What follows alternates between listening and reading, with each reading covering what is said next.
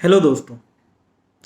आज इस वीडियो में मैं आपके साथ कोई कहानी शेयर करने नहीं जा रहा, जैसा मैं हमेशा अपने कई वीडियोस में करता हूँ।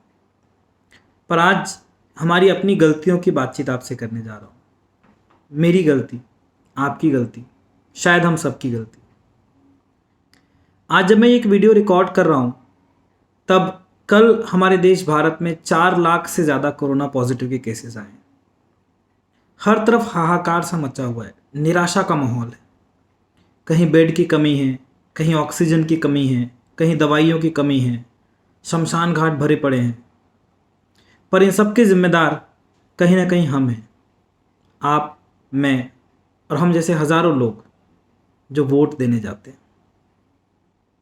मुझे एक बात याद आती है कि जब पिछली बार विधानसभा का चुनाव हुआ था, तब चुनाव से पहले जब प्रचार का माहौल होता है तो मैंने एक बोर्ड देखा जहाँ एक डॉक्टर साहब भी चुनाव में खड़े हुए थे। देख करके मुझे बड़ा अच्छा भी लगा कि इतने पढ़े लिखे लोग, ऐसे लोग अगर चुनाव में खड़े होंगे तो कितनी अच्छी बात है। पर मैंने उन्हें अपना वोट नहीं दिया, क्योंकि सभी की तरह मुझे भी यही लगा कि ये जीतेंगे नहीं, क्योंकि वो किसी पार्टी से नहीं खड़े हुए थे।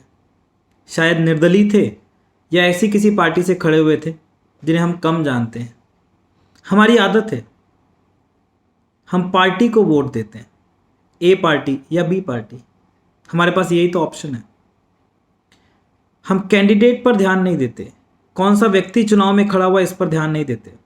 और हम में से कुछ पढ़े लिखे या समझदार कह लूँ, जो अपने आप को समझदार समझते हैं, ऐसे लोग अगर कैंडिडेट पर ध्यान देते भी हैं तो भी हम उन 2 पार्टियों में से किसी एक कैंडिडेट को चुन लेते हैं जो थोड़ा कम बुरा होता है।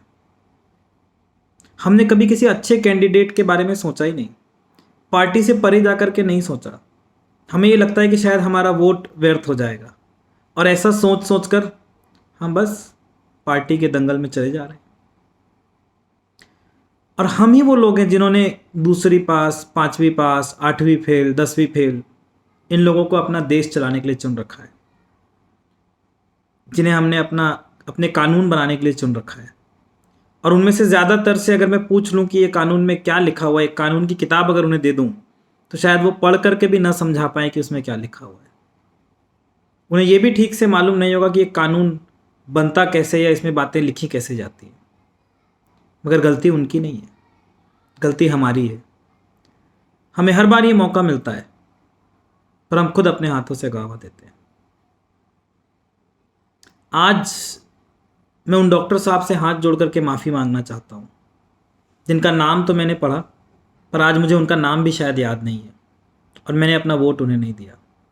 मैंने एक पार्टी को अपना वोट दिया। हम में से कुछ ऐसे हैं जो एक पर्टिकुलर पार्टी की तरफ वफादार हैं और हमेशा उसे ही अपना वोट देते हैं।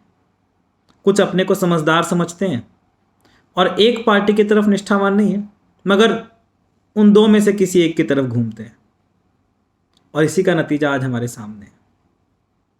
तो मैं आप सबसे रिक्वेस्ट करता हूँ, पर रिक्वेस्ट करने से पहले मैं खुद आज एक कसम खाता हूँ कि आज के बाद सिर्फ और सिर्फ किसी ऐसे व्यक्ति को वोट दूंगा जो पढ़ा लिखा हो, समझदार हो, संस्कारी हो, या फिर लोगों की भावनाओं को समझकर उसके हिसाब से काम करेगा। और आपसे भी यही रिक्वेस्ट करता हूँ कि किसी ऐसे इंसान का सिलेक्शन कीजिए, किसी ऐसे इंसान को चुनिए जो एक इंसान के रूप में सोच करके काम करे, ना कि किसी पार्टी के उम्मीदवार को चुनिए। अन्यथा वही जो हमेशा से होता आया है कि कोरोना की महामारी के बीच कोई चुनाव करवाने में व्यस्त है, कोई गंगा में डुबकियां लगाने में व्यस्त है, कोई क्रिकेट मैच करवाने में व्यस्त है, और यही सब चलता रहेगा।